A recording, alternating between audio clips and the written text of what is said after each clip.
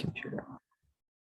Okay, so we're back to Cracks in Postmodernity with a very special guest. We've been waiting a very long time to have Abigail Favale, and here she is. Yay. I'm so glad you're doing this podcast. It's funny. I don't know when it was, maybe a year ago. I was like, hey, Stephen, let's do a podcast together. And then I totally ghosted you. And you were like, I'll just do my own podcast. And it's awesome. So I love listening and I'm fine. I'm glad I'm finally on. So this will be fun. Yes. So for people who don't know, and they should know who you are, give a little bit of background of how you ended up where you are today and what you're working on. Okay, great. So I'm a fairly, I don't know, I tell this story so often. There's like the 2-minute version and the 30-minute version. So I'm just going to dive in and it'll be definitely not be the 30-minute version. So I grew up as an evangelical Protestant and became really interested in questions of womanhood and gender. And when I went to college, that interest took me into feminism. And so I studied feminism and gender theory as an undergraduate and then as a graduate. And by that time, I was kind of left evangelicalism and was more in this kind of postmodern, everything's a metaphor, Christianity is a beautiful metaphor kind of space. And I was doing work in feminist literary criticism and gender theory. And then toward the end of my 20s, I had a kind of disorienting and sudden conversion to Catholicism. And then the first couple of years of being Catholic were basically me just sort of wrestling with my feminist hangups about Catholicism. And the process of that brought me into, I kind of followed my interest in women and gender, but in the context of Catholic theology and Catholic sacramentality and a way of seeing. And so so now I'm in that kind of weird space. Which I love because I've found resources for thinking about gender and the body and womanhood in Catholicism that I certainly didn't have growing up as an evangelical. And Okay, so it's going to merge them, don't worry. That's fine. So I, to my surprise, I found a lot of resources in Catholicism that I didn't have as an evangelical, and even ironically did not really find in secular or postmodern feminism. And now I write about gender from a Catholic perspective. So I have a couple of books in that vein. I have for people who are interested more in that weird conversion that I had from postmodern feminism to Catholicism, I wrote a whole book about it. It's called Into the Deep. And I have a new book coming out, which will be released May 1st, called The Genesis of Gender, which is more of a deeper dive into the concept of gender, how that concept developed, and how that way of seeing gender is different from the Catholic way of seeing. Yeah, so I first discovered your work through Church Life Journal, I believe. And then I read Into the Deep, and I recommended it to a lot of people because for me, this is, I feel like the most deeply millennial conversion story that I'll I've take heard. that. I will Yeah, take that in a very good way. ignominious honor. Yes, no, because it just hits on so much of the millennial experience, but also highlights a lot of things that attracts other people around our age group who to Catholicism, to faith. Yeah. And I think a lot of it, like you pull a lot of Ratzinger, a lot of Augustine, and I think this just embodies so much of our experience because the worldview we were raised with is like super um naive, I guess I would say. Like, as long as you're a good person, you be yourself, everything will be fine. But then you hit a wall at a certain point where you realize, actually, no, like I am trying to be myself, I'm trying to be good, but that's not working because, first of all, there's this deep need for some kind of metaphysical truth, some higher purpose that can ground me in my identity and reality. But also, like, there's original sin. Like, I'm not a good person. I do stupid things all the time, and I can try really hard to be good. That doesn't fix it. So I think like pulling from Augustine, pulling from Ratzinger, Benedict, you get this concept of the abyss. And I feel like that really just it fleshes out what it feels like to be growing up in this kind of environment, and to Yep. discover that like there is this divine being who enters into the abyss through, the Yeah. incarnation. um, but also I just find really compelling that like you started out evangelical, Hmm. then go to this kind of secular feminist mode, and then from there discover Catholicism. Like, Hmm. so you've kind of seen it all, which makes your Yeah. story very compelling, but also like just down to earth, because like, Hmm. you're not talking abstractly, like you've been there, you've seen all these things. Right. you know Right. Yeah. No, I've come to think that that is an asset. I think when I first became Catholic, I felt, it was such a worldview inversion that for the first couple of years I thought, oh, what am I gonna, I've spent almost a decade creating this career as a secular feminist academic, more or less. And what am I gonna do now? Mhm. But it's turned out to be really fruitful. And so the trick now is keeping hold of how I used to think, because the more I'm Catholic, the longer I'm Catholic, the harder that can be to access, especially charitably. So that's something I'm like really committed to. Okay, like how did I think about this when I believed this? Because it's so easy to create, straw men of evangelicalism or postmodernism or feminism, Mhm. which isn't ultimately helpful. Yeah.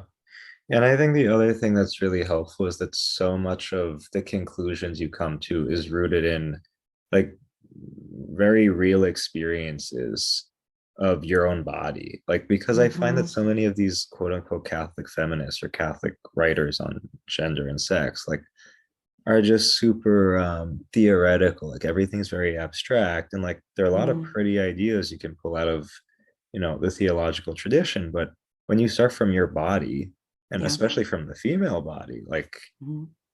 you discover that these aren't just great ideas, but this is who we are. Like, this is how our bodies are built and how it's rooted.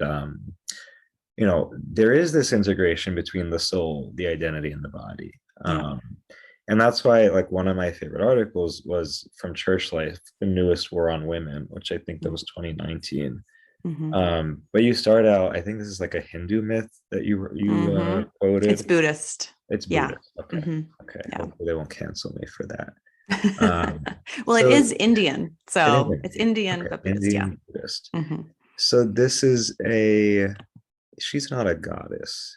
Mm-mm. No, she is one of the Buddha's prior lives.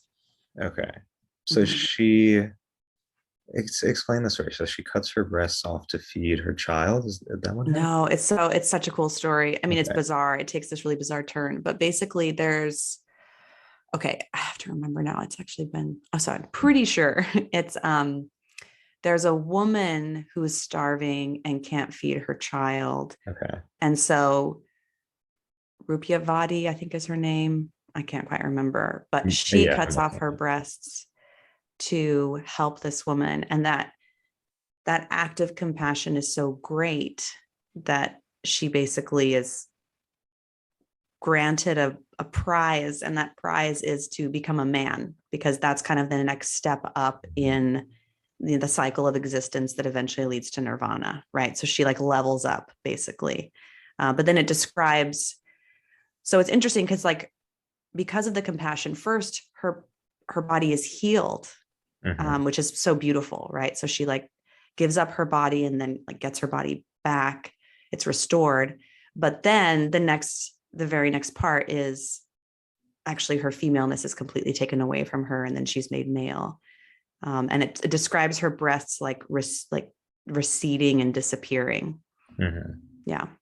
And then you relate this to your own experience of like, your teenage years, and like, Mm-hmm. yeah, just explain that for people who haven't read it. Like, how Sure. do you, root this in your own experience of your body Yeah. and your own femininity? Right. Well, I was reading this. The reason there's another myth I talk about in the beginning too, which is from Ovid's Mhm. Metamorphoses, Yeah. which is about a character who is raped by, I think, Poseidon, and then his he basically is like, oh shoot, sorry about that. Let me give you a gift. And she's like, okay, he's like this, like malevolent genie, basically, like rapes her and then says, okay, now what's your wish? And then she says, okay, I wish to become a man so this can never happen to me again. Right. So both of these stories that are from the ancient world, really, describe women, wanting to escape from femaleness. Yeah. And so I take those myths and I connect them to some things that are happening in our culture, but also, yeah, my own personal experience of ambivalence with my own femaleness. I've definitely had experiences, and especially around breasts, which is interesting. Like, Mhm.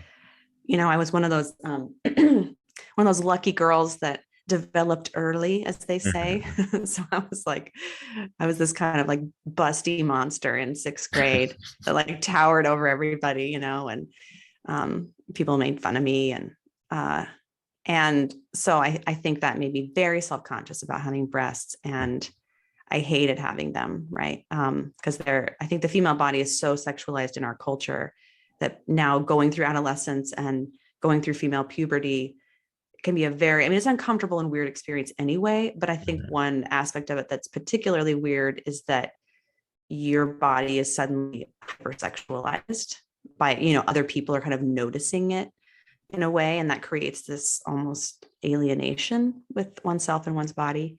So I kind of relate that experience to these myths. Like, I recognize, even though I kind of reject, for example, that the idea that's represented in the Buddhist text that being a man is better than being a woman. I reject that. But at Mhm. the same time, I I recognize the experiences that are being depicted, this desire to kind of be free from femaleness. And a lot of my own kind of spiritual and intellectual journey, I think, has been about finding a way to discover the dignity of femaleness and to see that as a good thing, because that I didn't get that in my evangelical upbringing, which is very suspicious of the body and sexuality, and particularly female sexuality is seen as this like gateway to sin. And then I didn't find it in feminism either, because feminism, secular feminism, has a pretty deep suspicion of femaleness, and Mhm. also has this implicit idea that what freedom looks like for women is to be able to function, especially physiologically, like a man. So our fertility is a threat. So there's this kind of implicit masculine ideal, even in a lot of feminism. So it's in Catholicism that I found this way of really thinking about the dignity of the body and the meaning of femaleness. Um, but yeah, the article you're talking about is basically about the kind of flight from femaleness in our culture that we're seeing increasingly in young women, who are choosing to go under to undergo pretty serious medical procedures, in order to be able to present themselves as men. So they're amputating breasts, even as children as young as 13 are getting mastectomies. That's documented in the peer-reviewed literature. They're going on cross-sex hormones so that they can avoid the female puberty and then kind of Mhm. masculinize their body in a certain way. Anyway, so that's kind of where I was going with that article. Yeah. And again, it's just interesting to me that you're able to make this argument from the perspective of your own body, because so many people it just becomes these abstract kind of ideals that they use to make their point. But when we start from our own bodies, like it makes us ask, yeah, like why do you have breasts? Why do you have these different Mm-hmm. body parts? What's the point? Mm-hmm. Are they just an obstacle to, my quote unquote freedom, to me getting to do whatever I want? But also then the question is like, what do I want? Like, is that conditioned by the ideals of a society that, does look down on women? Like it evades the question of like, what is my body for? And Yeah. I don't think you mentioned in this article in particular, but you have mentioned, Charles Taylor's work Mm-hmm. on secularization, and how the more we lose this sense of enchantment, the sense of the material world having some sacred implication, having some Right. final some telos, we could say. Like, I feel like transgenderism is only one symptom of this disenchantment, this sense that the Yes. material world is just raw material without some higher meaning. And you mentioned how like eating disorders, dysmorphia, and I would Hmm. even argue things like self-harm Yeah. come from this fact that we're not really educated to look at the body as something sacred or enchanted. Yeah, absolutely. And what's interesting about all of those things you just mentioned, as far as self-harm, eating disorders, you know, those those particular conditions, there are certain historical moments where those have become almost epidemics among young women. So there's Mhm. something about young females, like females who are going through that, like young females are really intense. Like they have very intense emotions. They're going through this very intensely bodily experience. And they're also, I think, um, very highly influenced by their peer culture at that stage of life. But it's very interesting to kind of see these points in history where there's almost this unconscious feminine protest that happens in young women against some of these ideas, I think. But it ends up being a self-defeating protest, right? Because it's turned on the body. So it's almost a way of resisting the narratives about what it means to be a woman or what it means to have a female body, but it's turned on the body itself, right? So it's not ultimately a liberating kind of protest, but there's something very sympathetic about it. Yeah, and I think like I do think a lot of like Catholic feminists miss this point, but I think you demonstrate this like when you compare your evangelical days to where you're at now. If our way of engaging with secular feminism is purely from these, I don't know, I guess these moralistic ideals about, a woman is supposed to act like X, Y, and Z. A woman is supposed to be like this in her relationship with the man. You're evading like the metaphysical question of like what is Yeah. woman, and that starts with the body. And at Yeah. the end of the day, like no one wants to be told how to act. Like you're not going to be reach anyone by Mm-hmm. saying like you should be, like this. Like, but if you can say, well, if you can raise the question of, what is my body? What makes it Mm-hmm. beautiful? What makes it valuable? What is it for? That's where I think something revolutionary can happen because no one else is asking this. Neither, Mm-hmm. I guess more moralistic evangelical types of religious people nor secular feminists.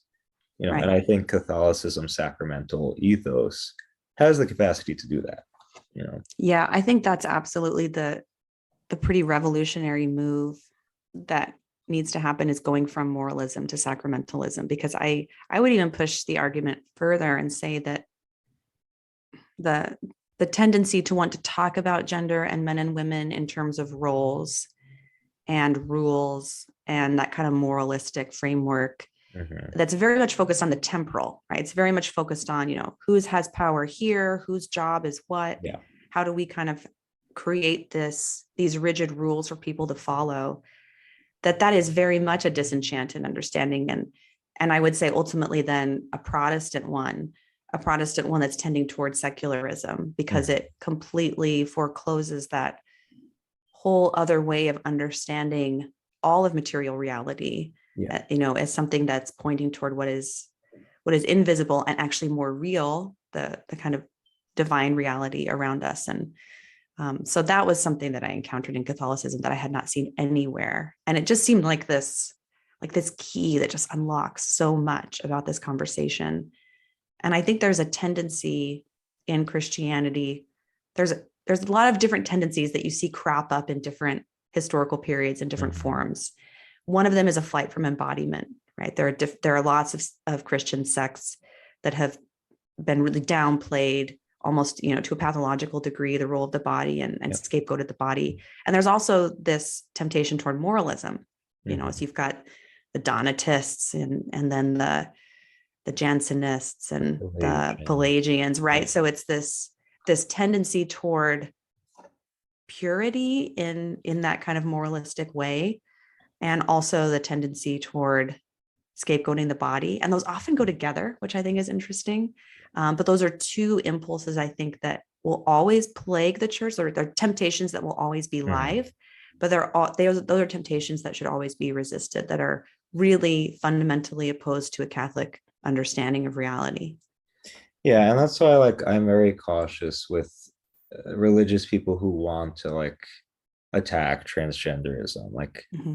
I think it's a miscalculated move because again, I think it's a symptom of this loss of the ontological, the sacramental awareness. Like if you really want to get into it, you need to zoom out and say, okay, how have we lost a sense of the ontological meaning of the body? Which again, transgenderism is only one example. All these other things that people are going through, all these other ailments of the body, sufferings in the body, like Mm-hmm. if we're just going to jump to that hot button issue, then you lose a lot of people because then it just comes off as ideological. Right. You know? But I mean, before, so we were going to talk a little bit about White Lotus and the gender implications there. Mm-hmm. But before we do that, I just wanted to reference two other kind of pop culture examples that connect to what we're saying here. So one was Amy Winehouse, since Mm-hmm. you got to speak at the New York Encounter, and I did the exhibit about Winehouse with Mm-hmm. some friends. And it's interesting that her music really affirms the complementarity of the relationship between man and woman. And part of it's because like she's reacting to her difficult childhood because the father Mm-hmm. cheated, they Right. got divorced, she didn't feel like she could trust men, so she was always looking for a man who was stronger than her, as the song Mm-hmm. says. Mm-hmm. And you see how she really allows herself to become extremely needy to the point Yeah. that it becomes destructive, but Right. she doesn't pretend like, I don't need no man, like I'm Mm-hmm. okay by myself. She's like, no, I'm not okay by myself. I desperately need you, and if you don't come, like I'm gonna go insane. And there's one quote that I we had in the exhibit where she says, I think she says, so much music nowadays is like, you don't know me, I don't need you. And all the music back Mm-hmm. then, like the music that inspired her from the 60s and whatnot, is I don't care if you don't love me. I will lie down in the road, pull my heart out and show it to you. So Mm. that's like totally against what we're seeing today. Like you're not supposed Right. to have this need. You're not supposed to Mm-hmm. like look to the other to like complete you. Like you're supposed to complete yourself, which is really, I mean, an illusion because obviously we can't complete ourselves. Like we Right. can't give ourselves the fulfillment we're looking for. And I feel like when you look at a lot of these pop stars who do push the whole independent woman thing, it's really in the function to serve corporate power. Because like if you can convince people that they're independent and they don't need anyone, then where are they going to get their sense of themselves and like what will fulfill them? It's whatever the media, whatever pop culture is dictating to us. It's like if we can really be independent and not depend on actual human beings, concrete people, then we are completely dependent on, again, the powers that be, whether that's state power, corporate power. um, so I don't know, it's this cognitive dissonance that I feel like a lot of us, a lot of young people especially, look past, you know. Yeah. And that, I mean, what you're describing, the I don't need anyone to complete me, I can complete myself, or the kind of pathological alternative, which maybe Whitehouse kind of leans into, which is I'm I'm so incomplete Mm, that, I have this insatiable hunger that can, it's like that desire in her to, I don't know, for deep love and communion and safety and trust. yep, I think she's trying to seek that in a romantic relationship, which I think ultimately that's like that's another human being can't bear that burden, right? yeah, Only yeah, God can bear that burden for us. Only God can really give us safety and security. But it is so refreshing how honest she is about, yeah.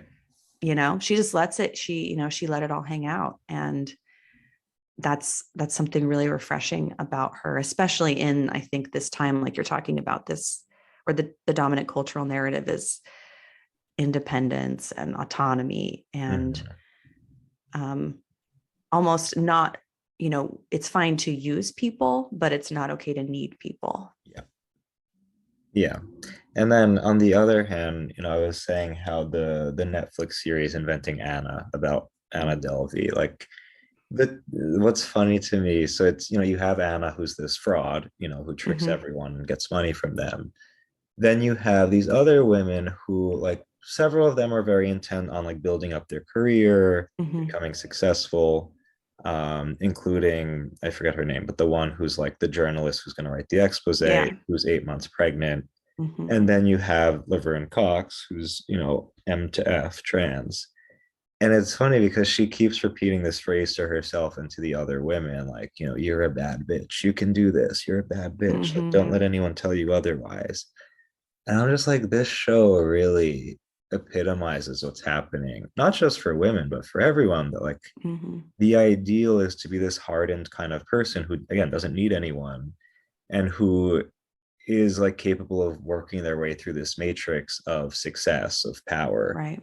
um, which really has no substance. But, it's like when you look at this woman, this journalist who's about to give birth, and like she's on deadline and she's like, oh no, what if my water breaks when I'm about to submit the article? And it's like, why is the capacity to give life, to like actually Hmm. commit to another human being, whether it's a mother or a father, like why is this a side story? And like Right. getting the article in, like making yourself, making your career, like, yeah, it makes you feel powerful, but then what? Like, Hmm. really, it's not going to fulfill you in the long run.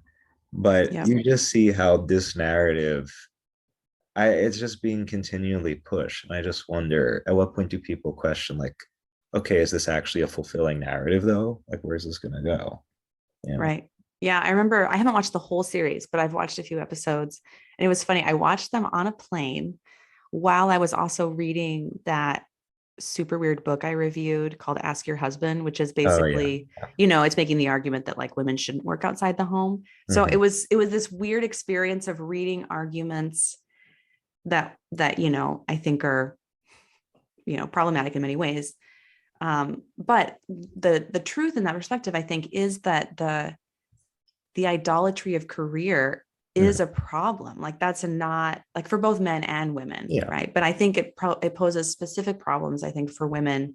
Um, and that character you're talking about, yeah, it was off-putting how much she just seemed to really resent the fact that she was pregnant and about to have a baby. She was just really resentful of it. And how she kind of had, the nursery is this almost symbol of it, right? They have this little nursery in their home, and Yep. she kind of, instead of getting the nursery ready for the baby, which her husband is trying to do, the husband is actually like way more human Yeah. and way more like, hey, this is important. What's going to be happening? Like, maybe we should focus on this.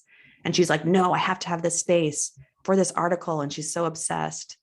And yeah, there was also something very off-putting and pathological about it that I just thought, no, this isn't what freedom looks like. That's a distorted understanding of freedom, where you, but that I think that some feminist narratives, that is what women are given. Like you have to kind of go to war with your own embodiment in order to succeed in the world. Yeah. And I think that narrative is really harmful. But yeah, women do internalize it, and it can be hard not to. Yeah, I mean the larger narrative of self-invention though, like I don't know. I mean it's just on the surface, yeah, it's convincing, but it's just very lonely.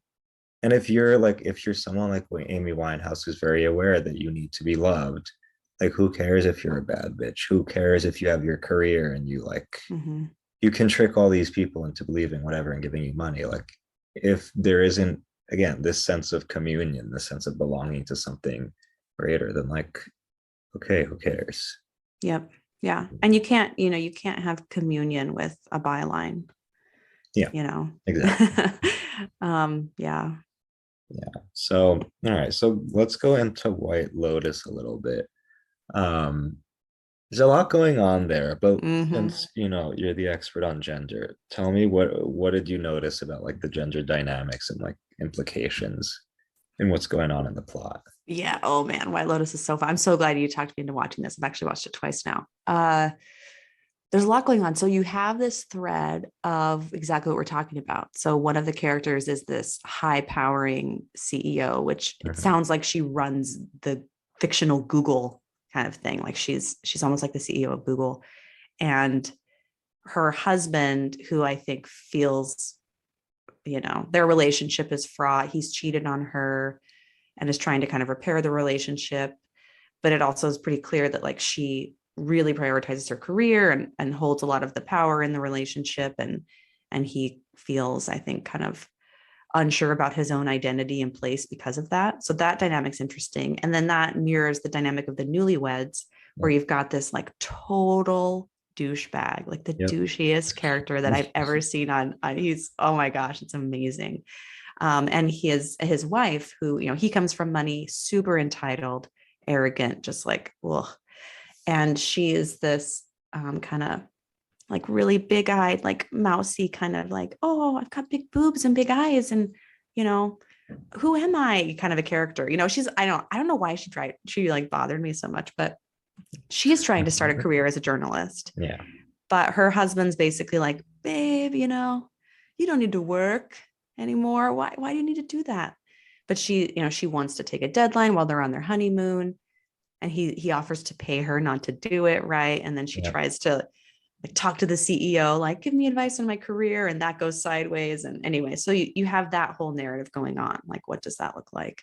But then And you he also have also these, has the yeah. dynamic with his mother, which is Oh like yeah. kind of Freudian. And he's so oblivious to it, Yeah. Oh how yeah. she enables him and all that. Oh, totally. Totally. And he hasn't even been able to develop a sense of self in a way. Yes. Like he's kind of this shadow of a person in a way too. Yeah. Yeah. And then you've got these two teenage girls Yeah. who, one of whom is this white rich girl, the daughter of the CEO, and then her friend, who you don't get a lot of information about her socioeconomically, but they're clearly going to the same Yeah. university. And it seems like the friend doesn't come from money, and she is not white. Yes. But she's kind of I don't know. It's interesting, like her story arc. But what's funny, and I know you noticed this, and I actually want to ask you about this. Mhm. So the books they're reading, right? These two girls are like these huge clues as to what's going on. Like the first pairing is Nietzsche and Freud. Like their beachside reading is Nietzsche and Freud. And then later on, it's I think the friend is reading Fanon, I believe. I'm not Yes. sure. And then Paglia. So then the girl Yes. is reading Camille Paglia. I can't remember some of the other Judith pairings. Butler was in Judith there. Butler, yeah, Gender Trouble was in there. So Yes. that's really interesting to me. So what do you think that's about? Because it's all the white girl. So the white girl is reading, I think she's reading Freud, and then Butler, and then Paglia. And then the friend reads Nietzsche, Fanon, and then I don't know what the other one was. Yes. Well, I mean, so those two characters are based on Anna and Dasha from the Red Scare podcast because the creator of the Mm-hmm. story is friendly with them. But it's kind of weird because, so like, Red Scare is loosely affiliated with what they call the dirtbag left. So it's Mm-hmm. like socialists who are very anti-politically correct. Mm-hmm. And, they look to people like Nietzsche, who, like denigrates these Enlightenment ideals of morality. And then Palia, who is a feminist, but in a very, like, again, Yeah. anti-politically correct, libertarian, pagan sense. So yeah, I mean, on the podcast, they talk about Nietzsche, Freud, Palia a lot.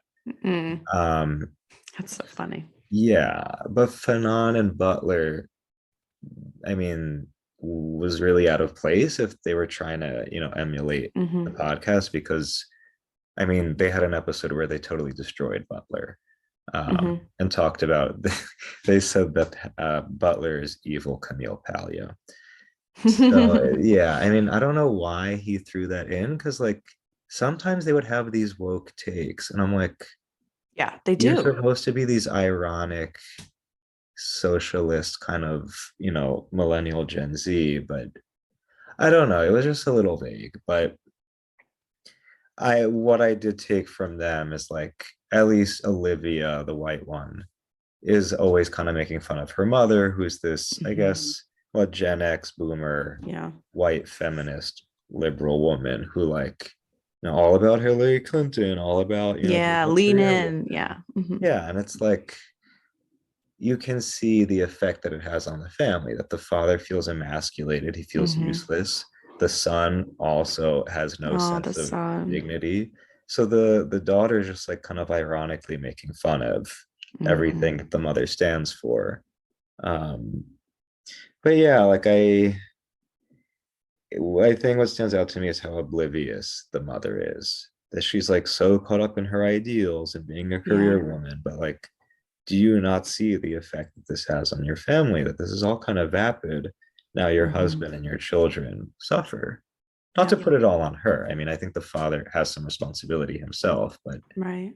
she's got to let him be a husband at a certain point, you Hmm. know. And that's Yeah. the whole point of, That's you what know, happens at the end, right? When he when he like, defends her. when he rescues her and then they have like Exactly. sex for the first time. And, we get the sense they haven't had sex in a long time. But then that feeling of him protecting her kind of, Mhm. um, yeah, it rebalances their relationship enough that they're able to desire each other again. Right. Yeah. Yeah.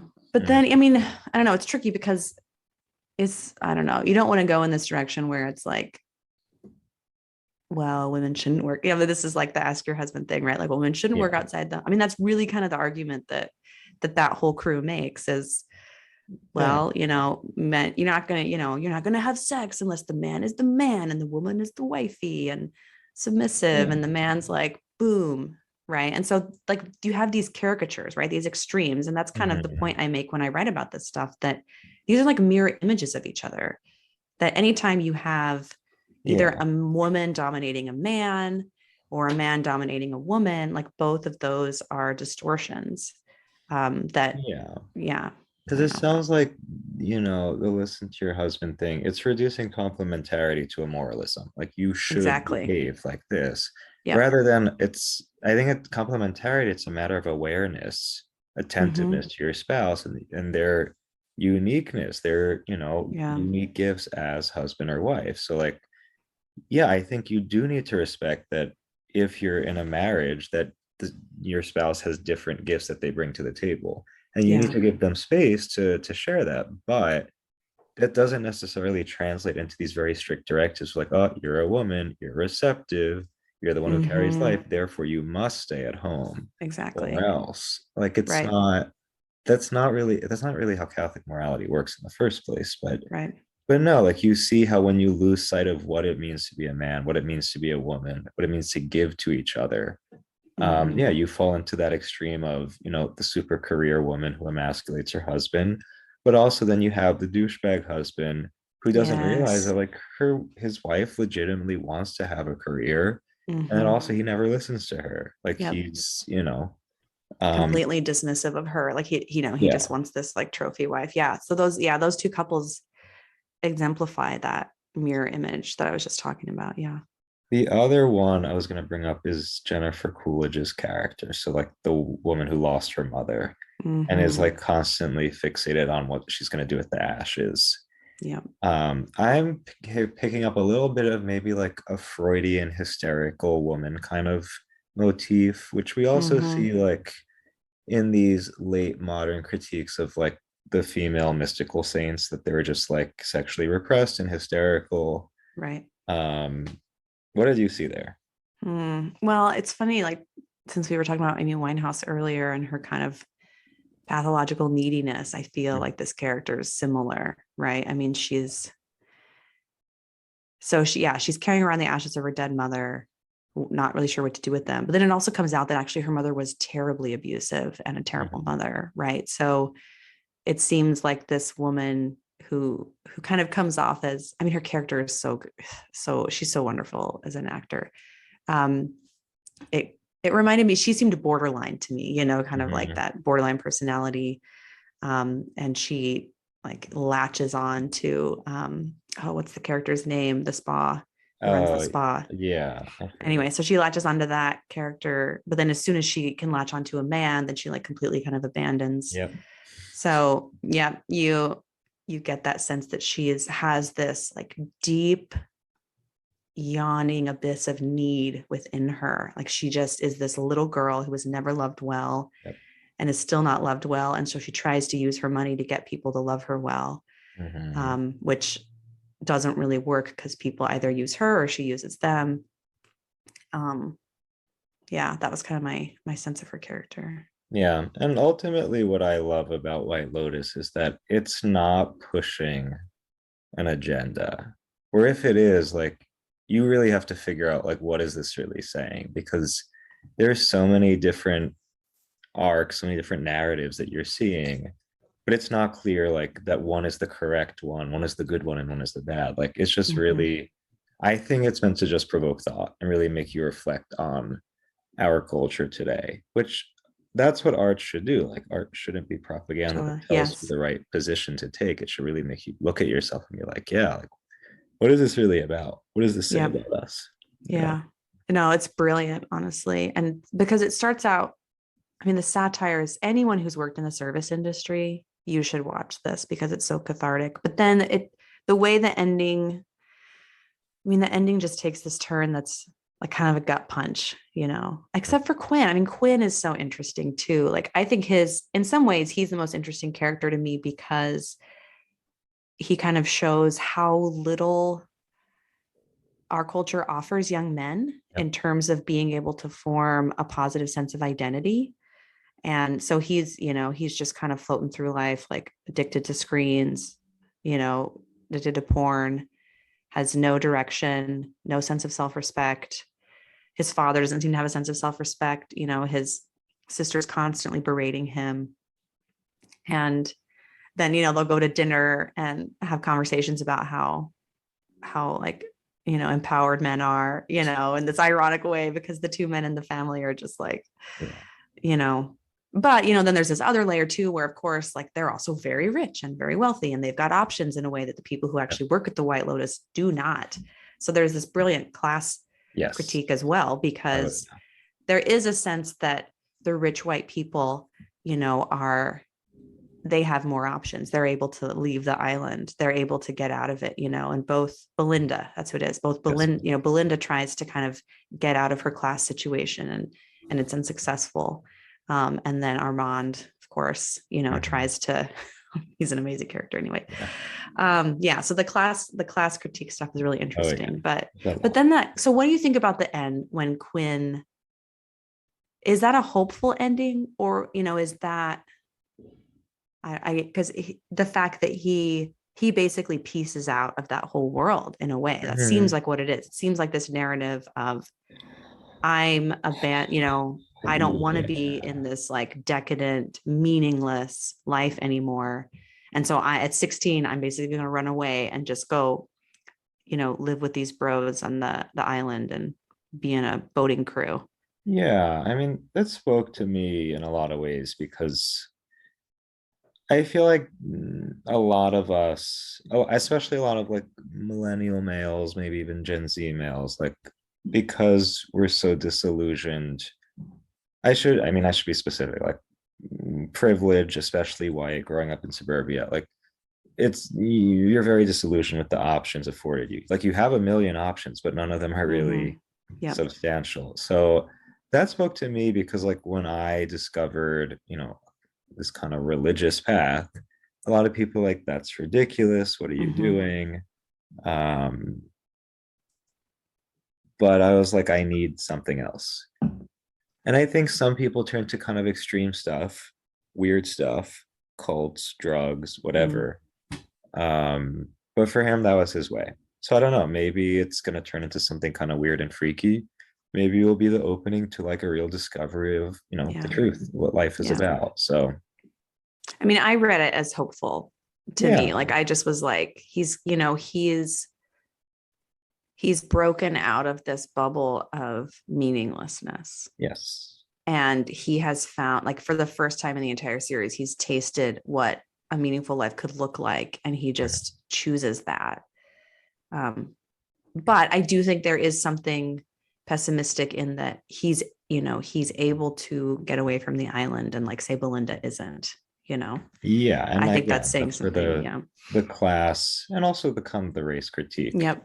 Yeah. comes into play. But I do think it's more hopeful, at least, than Olivia's fate, because like, Oh she's yeah, just big time. ironically criticizing stuff from the sidelines, but isn't actually chasing after anything Oh yeah. substantial. Whereas he, like, he finds people he can share life with. Like he finds Mm-hmm. brothers, you know. Yeah. So that's already something substantial.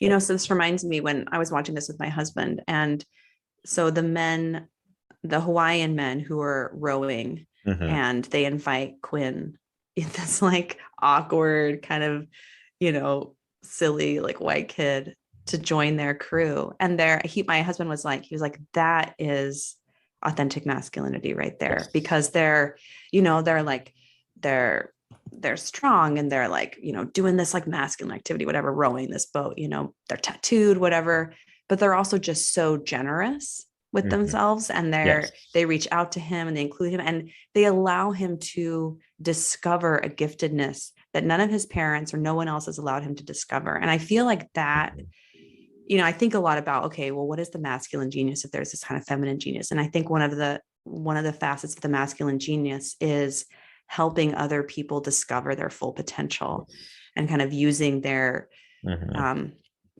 and you see that in how those men interact with Quinn, because they're Native Hawaiians. You don't get a sense that they're particularly privileged in any way, but they're also not full of resentment. They're also not, bitter. They just seem like very at home with themselves. And Yeah. that sense of kind of confidence and strength enables them to be really generous to Quinn and kind of help him discover a positive sense of masculinity. So I really liked Quinn's Yeah. story arc a lot. Yeah, no, I was skeptical at first when they welcomed him on the boat. At first, I thought they were like playing with him or were gonna screw Mm-hmm. around. But Mm-hmm. just see men who, like, again, are strong and are doing something very physical, very, Mm-hmm. taking up a challenge, a risk, but are very welcoming and want to support someone, Yeah. want to train someone. Like Yeah. that's when you see true masculinity is ultimately a form of love because it's fatherhood. It's Yes. to generate as Exactly. a father, which, yeah, like Exactly. involves the physical, involves, Mm-hmm. again, this sense of taking up a challenge. But ultimately, sure, that could go in a toxic direction, Mm-hmm. but ultimately it is towards self-gift, towards love. Yep. Yeah. And So that's what they do. Like, it doesn't go in this toxic direction. yeah. So, So I mean, at least in what we see, but yeah, it's a good so show. so we recommend White Lotus Absolutely. Yes. And there's a wholeheartedly. second season, which is Coming exciting. That'll soon. take place in Rome. That should be Yeah. fun. There's a lot that could No, happen there. I'm like, ooh, interesting. we will Yeah. see. We will see. Um, so Abigail, what do you want to plug before we go?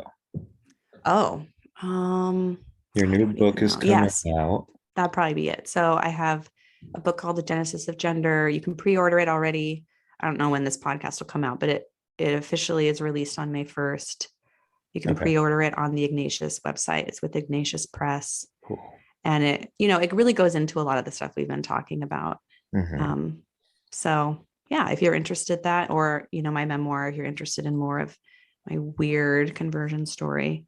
Yes. I have one little toe in social media on Twitter. So you can follow me on Twitter at Favale Abs. And that's kind of it. Yeah, you got some good hot takes on there, especially about mom stuff. I find it good to know. Thank you. I do. I don't know. Twitter's fun. I'm like, I'm a feast and famine kind of Twitter person. Like suddenly Yeah. there'll be like a flurry and I'm on there a lot. And then I'm like, whoa, okay, I'm going to take a couple weeks off. So, but yeah, it's fun.